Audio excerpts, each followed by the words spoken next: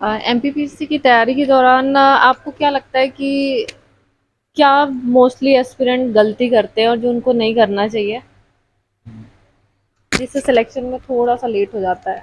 जी, सबसे पहले तो मैं ये मानता हूँ कि एक ये जो स्ट्रैटेजी मेनिया का दौर चल रहा है कि आप लगभग सभी से पूछिए कि आप बता दीजिए स्ट्रैटेजी बता दीजिए, स्ट्रैटेजी बता दीजिए।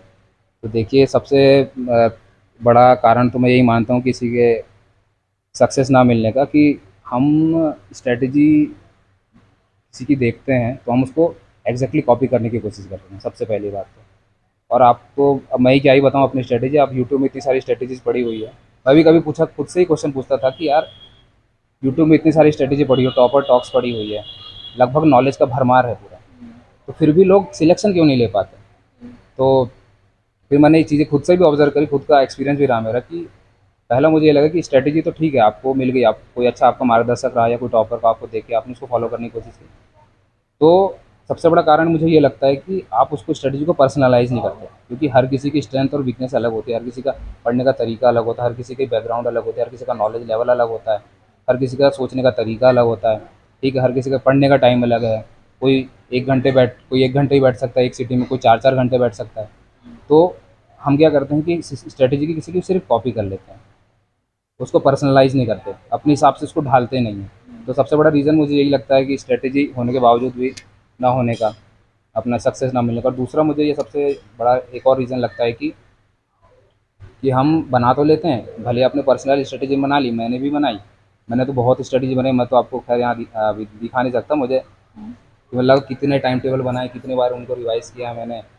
तो उसमें क्या होता है कि हम फॉलो क्यों नहीं कर पाते हैं, क्योंकि हमारा सेल्फ डिसिप्लिन नहीं है, कि हम जो बना तो लेते हैं लेकिन उसके उसको प्रॉपर फॉलो नहीं कर पाते। कई कई बार हम इतना ओवर एम्बिशियस प्लान बना लेते हैं कि बस अब तो बिल्कुल सिलेक्शन पक्का ही है, लेकिन बहुत सारी प्रैक्टिकलिटीज़ को ध्यान पे रखते नहीं हैं कि यार ये भी हो सकता है, ये भी हो सकता है, कई बार अनसर्टेनिटीज़ आ सकती है, कभी कुछ हो सकता है। तो उन सारी चीज़ों को फैक्टर में हम लेते नहीं और बिल्कुल एक आइडियलाइज़ फॉर्म में हम बनाते हैं टाइम टेबल वगैरह जो भी स्ट्रेटजी बनाते हैं।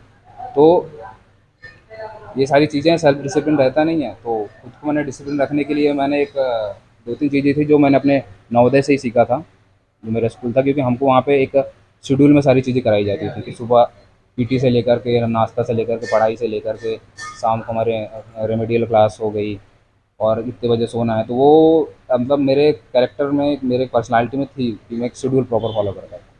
तो उस शेड्यूल का मेरा ऐसा रहा कि यहाँ पे भी मैंने वही प्रॉपर शेड्यूल फॉलो किया कि भाई 6:30 बजे उठना है, 8 बजे जाके लाइब्रेरी में बैठ जाना है, 1 बजे तक पढ़ाई करनी है, 1 से 2 के बीच में खाना खाना है, 2 से फिर पढ़ाई करनी है 5:30 तक, 5:30 बजे के बाद फिर एक ब्रेक लेना है आधे घंटे का, फिर 6:30 से 8:30 तक फिर पढ़ाई करनी है। तो ये मेरा शेड्यूल रहता था। और फिर उसके बाद फिर एक और बात आती है कि सेल्फ मोटिवेटेड था मैं, खुद को मोटिवेट रखता था, क्योंकि कई कई बार ऐसा होता है कि चीज़ें अपने फेवर में काम नहीं करती, कई कई बार बहुत फ्रस्ट्रेशन होता है कि यार कुछ हो नहीं रहा है, अभी तो कुछ ज़्यादा ही हो रहा था, क्योंकि रिजल्ट नहीं आ रहा था। तो खुद को मोटिवेट आप रखें, कैसे भी रखें। तो ऐसा मैं रखता था बहुत सारी चीज़ों, अपना उत्साह बना के रखता था कि कभी कभी बीच में यदि ब्रेक आ रहा है, जैसे कोई न्यूज़ आ गई कि यार पेपर पोस्टपोन हो गया, तो मैं क्या किया करता था कि कोई किताबें पढ़ा करता था कि ठीक है, मतलब पढ़ना नहीं छोड़ा मैंने, भले ही मैंने सब्जेक्ट का नहीं पढ़ता था लेकिन पढ़ना नहीं छोड़ा। कोई सेल्फ हेल्प किताबें हो गई, कुछ जो हमारे को प्रैक्टिकल नॉलेज है, भले एग्जाम में नॉलेज काम ना आए लेकिन हमको एज ए पर्सन डेवलप करे। तो ये सारी चीज़ें मैं कम से कम सिर्फ एक उत्साह बनाए रखने के लिए किया करता था। तो ये सारी चीज़ें हैं, आप भी करिए।